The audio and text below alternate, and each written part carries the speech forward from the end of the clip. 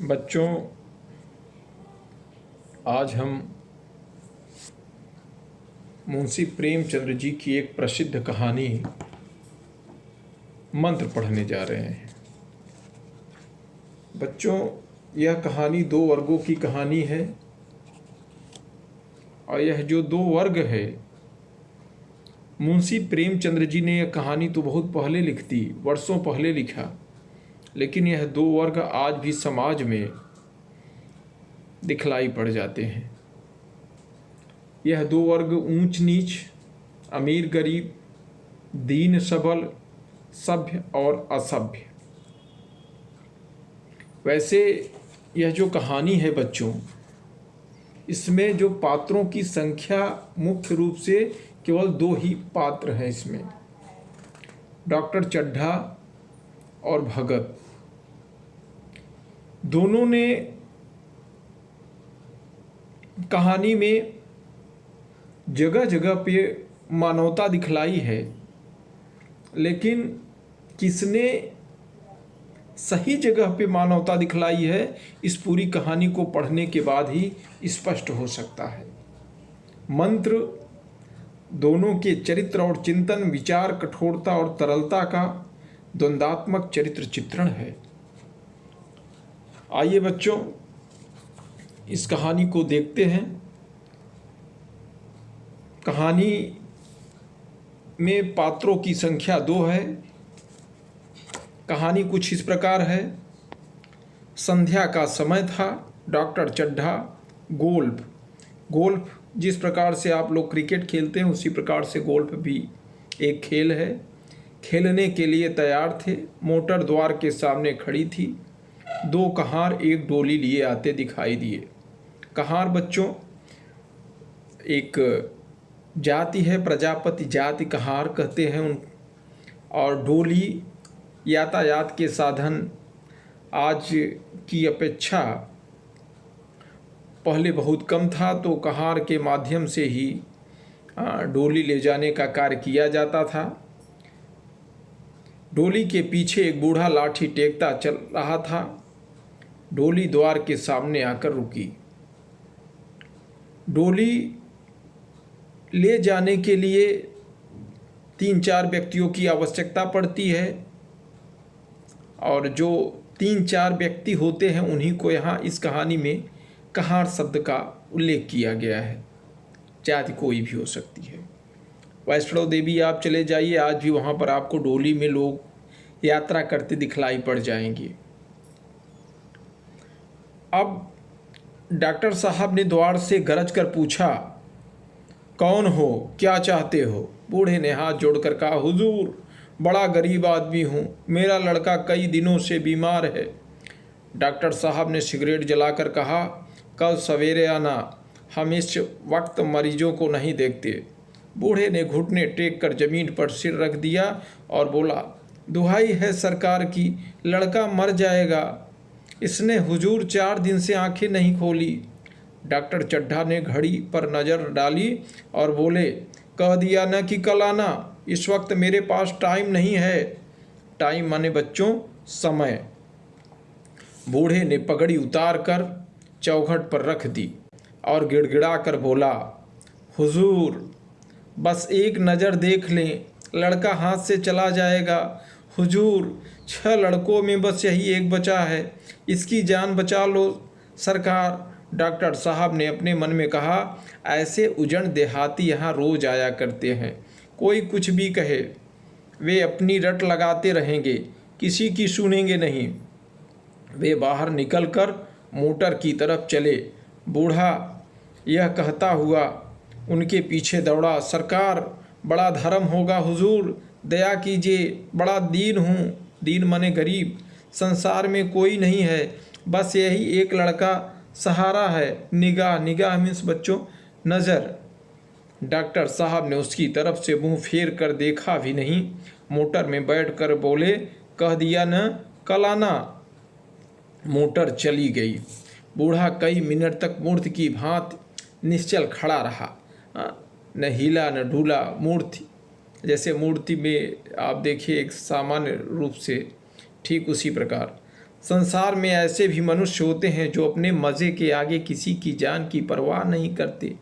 कोई मनुष्य इतना कठोर हो सकता है, यह विश्वास भी नहीं होता। वह पुराने जमाने के उन जीवों में था जो लगी हुई आग को बुझाने, मुर्दे को कंधा देने, किसी के छप्पर को उठाने और किसी कलह को शांत करने के लिए सदा तैयार रहते थे। जब तक बूढ़े को मोटर दिखाई दी, वह खड़ा टकटकी लगाए उसी की ओर देखता रहा। शायद उसे अब भी डॉक्टर साहब के लौट आने की आशा थी। फिर उसने कहारों की को डोली उठाने को कहा। डोली जिधर से आई थी उधर ही चली गई। चारों ओर से निराश होकर डॉक्टर चड्ढा के पास आया था। इनकी बड़ी तारीफ सुनी थी। यहाँ से निराश होकर वह फिर किसी दूसरे डॉक्टर के पास नहीं गया। सोच लिया कि किस्मत में लिखा ही नहीं है। उसी रात उसका हंसता खेलता 7 साल का जो बालक था, बच्चों, इस संसार से चल बसा। बूढ़े बाप के जीवन का बस एक ही सहारा था, अंधे को एक सहारा। मुहावरे का भी प्रयोग कर सकते हैं आप। इस दीपक के बुझते ही जीवन की अंधेरी रात भाएं भाएं करने लगी। अब उसके लिए कौन था? एक ही तो सहारा था। कई साल बीत गए, समय व्यतीत हो गया। अब डॉक्टर चड्ढा ने खूब यश और धन कमाया। यश बच्चों, रुपया पैसा, उनका हर काम नियम से होता था, इसलिए स्वास्थ्य भी अच्छा था। 50 साल की उम्र में भी वो जवानों के कान काटते थे। उनके केवल 2 बच्चे थे। बेटी ब्याही जा चुकी थी और बेटा 20 साल का हुआ था। उसी की सालगिरह की पार्टी थी। बर्थडे मना रहे थे। शहर के रईस और कॉलेज के छात्र आए हुए थे। जो डॉक्टर साहब के परिचित मित्र थे वे आए हुए थे, और कॉलेज के छात्र, जहाँ बच्चा पढ़ रहा था वहाँ के लोग, सब बच्चे आए थे। डॉक्टर साहब का बेटा, जिसका नाम था कैलाश, एक रेशमी कमीज पहने, नंगे सिर नंगे पांव मेहमानों की देखभाल में लगा था। अचानक मृणालिनी ने कहा, क्यों कैलाश, तुम्हारे सांप कहाँ हैं? जरा मुझे भी दिखा दो। कैलाश ने कहा, मृणालिनी, इस वक्त क्षमा करो, कल दिखा दूंगा। मृणालिनी ने आग्रह किया। आग्रह मीन्स बच्चों निवेदन। जी नहीं, तुम्हें दिखलाना पड़ेगा। मैं आज नहीं मानूंगी, तुम रोज कल कल करते हो। मृणालिनी और कैलाश सहपाठी थे। बच्चों, सहपाठी माने साथ साथ पढ़ना। कैलाश को सांपों को पालने, उनकी आदतों का अध्ययन करने का शौक था। यह विद्या उसने एक सपेरे से सीखी थी। सांपों की जड़ी बूटियां जमा करने का भी उसे मरज था। मृणालिनी के जिद करने पर एक महाशय ने कहा, दिखा क्यों नहीं देते? जरा सी बात के लिए टाल मटोल कर रहे हो। कैलाश ने जोश में आकर कहा, कौन कहता है कि मैं दिखाना नहीं चाहता? आप लोग तैयार हो जाएं। वह सांपों के पिटारों के पास गया और बीन बजाना शुरू कर दिया। फिर एक एक पिटारे से सांप को निकालना शुरू किया और अपनी गर्दन में लपेटने लगा। एक मित्र ने छेड़ा, दांत तोड़ डाले होंगे। कैलाश हंसकर बोला, इनके दांत नहीं तोड़े गए हैं। यह कहकर एक काले सांप को पकड़कर बोला, मेरे पास इससे जहरीला सांप नहीं है। अगर किसी को डस ले तो देखते ही देखते दम निकल जाएगा। ऐसा कहते ही उसने सांप की गर्दन पकड़कर जोर से दबाई, इतनी जोर से कि उसका मुंह खुल गया, और दांत दिखाते हुए बोला, जिन लोगों को शक हो नज़दीक आकर इसके दांत देख लें। जैसे ही कैलाश ने सांप पर से हाथ ढीला किया, सांप ने उसे डस लिया। वह उस कमरे की तरफ भागा जहां मेज की दराज में जड़ी बूटियां रखी हुई थी। उसके विचार से जिसे पीस कर लगाने से जहर का असर खत्म हो जाएगा। महफिल में भगदड़ मच गई, रंग में भंग मच गया। डॉक्टर चाहते थे कि उंगली काट दी जाए, पर कैलाश न माना। उसे जड़ी बूटी पर पूरा विश्वास था, लेकिन जहर ने अपना रंग दिखाया। धीरे धीरे उसके ओठ नीले पड़ने लगे और वह अचेत हो गया। बच्चों, सांपों को तो कई बार वह दिखाया था, लेकिन सांप यहाँ यह सोचा अपने मन में कि आखिर आज क्या हो गया है कि मेरे गर्दन को दबाता हुआ चला जा रहा है। और उसने अपने जान को खतरे में समझ करके काट लिया होगा।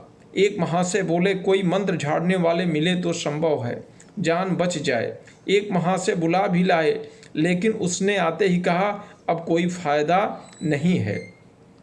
शहर से कई मील दूर झोपड़ी में एक बूढ़ा और बुढ़िया जाड़े की रात काट रहे थे। इतने में किसी ने द्वार पर दस्तक दी। दस्तक प्रवेश किया। भगत नाम था बूढ़े का, जो कि सबसे पहले कहानी जब शुरू हुआ तभी आपने देखा। भगत, जिसका वह बच्चा मर गया था। डॉक्टर साहब गोल्फ खेलने जा रहे थे और एक नज़र देखा भी नहीं। आज वही भगत क्या सो गए? जरा किवाड़ तो खोलो। किवाड़ खोलते ही आदमी ने अंदर आकर कहा, डॉक्टर चड्ढा के लड़के को सांप ने डस लिया है। भगत ने चौंक कर पूछा, डॉक्टर चड्ढा के लड़के को? वही डॉक्टर चड्ढा ने न, जो छावनी के पास वाले बंगले में रहते हैं। आदमी ने कहा, हाँ वही। देखने जाओगे? बूढ़े ने कठोर भाव से कहा, मैं नहीं जाता। डॉक्टर चड्ढा को खूब जानता हूँ। मुन्ना को उन्हीं के पास ले गया था। खेलने जा रहे थे, सीधे मुंह बात तक नहीं की थी। भगवान सब कुछ देखता है। उस बखत मेरी आंखों से आंसू निकल पड़े थे। अपने खेल के पीछे उस पत्थर दिल ने मेरे मुन्ना को देखा तक नहीं।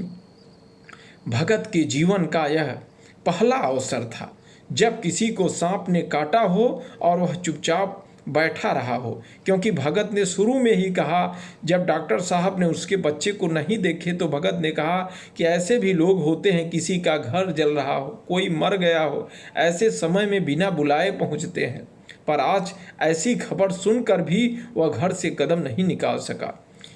सोने की कोशिश करने लगा पर नींद कहाँ। चुपके से उठा, लाठी उठाई और किवाड़ खोलकर बाहर निकल गया। चौकीदार ने पूछा, कहाँ चले भाई? भगत ने कहा, जाऊंगा कहाँ, देख रहा था कि रात कितनी बाकी है। चौकीदार ने कहा, डॉक्टर चड्ढा के बेटे का हाल तुमने सुना ही है, तुम क्यों नहीं चले जाते? सुना है 10,000 देने का वादा किया है। भगत, मैं नहीं जाऊंगा, चाहे वह 10 लाख भी दें। मुझे लेकर करना क्या है? कल मर जाऊंगा तो फिर कौन भोगने वाला बैठा है? चौकीदार चला गया। चौकीदार संरक्षक। भगत लाठी खट खट करता हुआ आगे बढ़ने लगा। दिमाग कहता था मत जाओ, पर अंदर की आवाज़ आगे ठेलती थी। इतने में 2 आदमी आते दिखाई दिए। दोनों बातें करते चले आ रहे थे। चड्ढा बाबू का घर उजड़ गया। बेचारे का एक ही बेटा था। भगत के कानों में इस आवाज़ के पड़ते उसकी चाल तेज हो गई। सामने डॉक्टर साहब का बंगला नजर आया। बिजली की बत्तियां जल रही थीं। अंदर से रोने पीटने की आवाज़ आ रही थी। भगत का कलेजा धक धक करने लगा। कहीं मुझे आने में देर तो नहीं हो गई? 2 बज चुके थे। लोग सुबह का इंतज़ार कर रहे थे। बच्चों, डॉक्टर चड्ढा जब भगत का लड़का बीमार था, अगर एक नज़र देख लेते तो शायद वह लड़का बच जाता। आज भगत अकेला था। रात में जैसे उसने सुना, उसके पत्नी के बार बार मना करने के बाद भी वह रात में सो न सका और रात्रि के अर्धपहर में वह चल ही दिया। भगत का कलेजा धक धक करने लगा। कहीं मुझे आने में देर तो नहीं हो गई? 2 बज चुके थे। लोग सुबह का इंतजार कर रहे थे। सहसा भगत ने द्वार पर पहुंचकर आवाज़ दी, डॉक्टर साहब समझे कोई मरीज होगा। कोई आता तो दुत्कार देते, पर आज नम्रता से बोले, क्या है भाई, आज हमारे ऊपर बड़ी मुसीबत आई है। शायद 1 महीने तक किसी मरीज को न देख सकूंगा। भगत ने कहा, आपकी मुसीबत सुन चुका हूँ भैया। कहाँ हैं? मुझे दिखा दीजिए। भगवान बड़ा कारसाज है, कौन जाने अब भी उसे दया आ जाए। चड्ढा ने उदास स्वर से कहा, चलो देख लो, बहुत से झाड़ फूक वाले देख कर जा चुके हैं। भगत अंदर जाकर डॉक्टर के बेटे को देख कर बोला, अभी देर नहीं हुई है। नारायण चाहेंगे तो आधे घंटे में भैया उठ जाएंगे। कहारों ने पानी भर भर कैलाश के ऊपर डालना शुरू किया। बूढ़ा भगत मंत्र पढ़ रहा था। मंत्र खत्म होते ही बीच बीच में जड़ी कैलाश को सुंघा देता था। इस तरह न जाने कितने घड़े पानी के डाले गए और फूंकते हुए भगत ने उसे जड़ी सुंघाई। आखिर जब ऊषा की लाल लाल आंखें खुली तो कैलाश ने भी अपने आंखें खोल दी और पानी पीने को मांगा। ऊषा प्रातः काल होते होते कैलाश जिंदा हो गया। बच्चों, इस कहानी के माध्यम से एक आपको शिक्षा भी मिलती है। वह समय अलग था, वह समय अलग था कि झाड़ फूक के माध्यम से यदि किसी को सांप काट लेता था तो जीवित हो जाता था। ऐसी ऐसी जड़ी बूटियाँ थीं। लेकिन यदि आज ऐसी कोई स्थिति होती है तो इन झाड़ फूंक वालों के चक्कर में हमें नहीं पड़ना चाहिए, सीधे हमें किसी डॉक्टर के पास जाना चाहिए। कैलाश की माँ दौड़कर भगत के पैरों में गिर पड़ी। डॉक्टर साहब बड़े श्रद्धा भाव से भगत को देखते हुए उसका यश गाते हुए फिर रहे थे, पर भगत का कहीं पता न था। नौकरों ने कहा, अभी तो यहीं बैठे चीलम पी रहे थे, हमने तमाकू दिया तो नहीं लिया।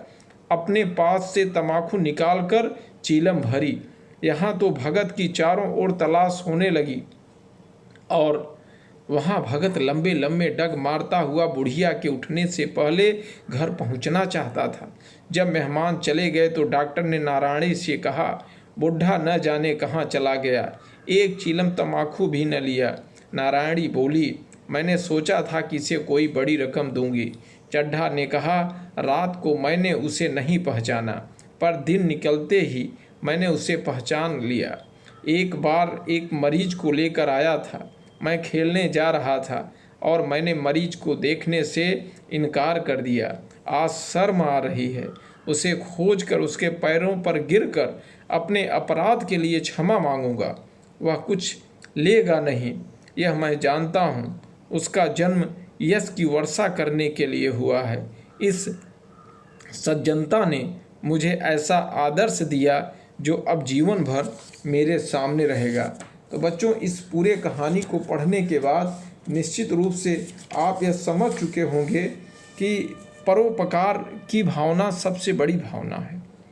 दूसरों का उपकार करना हर जगह केवल आनंद में ही जीवन व्यतीत करना नहीं है। इस पूरी कहानी को पढ़ करके आप अब इस निष्कर्ष पर निश्चित रूप से पहुंच गए होंगे कि डॉक्टर चड्ढा और भगत में अगर मानवता की बात, किसने अपनी मानवता का परिचय दिया, तो मानवता का परिचय तो डॉक्टर साहब ने भी दिया। दवा दे रहे थे, लोगों को ठीक कर रहे थे। अगर मानवता का परिचय इस पाठ में देखा जाए तो मानवता का परिचय भगत ने दिया। क्यों? क्योंकि लोग कहते हैं कि सठे साठ्यम समाचरे, जैसे के साथ तैसा व्यवहार करना चाहिए, लेकिन यहाँ ऐसा कुछ भी नहीं है। डॉक्टर चड्ढा ने कुछ भी किया, लेकिन भगत की जो मानवता थी, भगत के जो कर्तव्य थे, उन्होंने पूरा किया। इस पाठ में बुढ़िया के बार बार मना करने पर भी भगत गए और जो लड़का था डॉक्टर साहब का, उसको जिंदा कर दिए। और बच्चों, इस पाठ से संबंधित जो प्रश्न उत्तर हैं आपको इस कमेंट बॉक्स में नीचे अवश्य मिल जाएंगे। और इस पाठ को पढ़ने के बाद निश्चित रूप से आप इस निष्कर्ष पर पहुंच गए होंगे कि अमीर गरीब, दीन सबल, सभ्य और असभ्य, ये जो दो वर्ग हैं वे कौन हैं। धन्यवाद।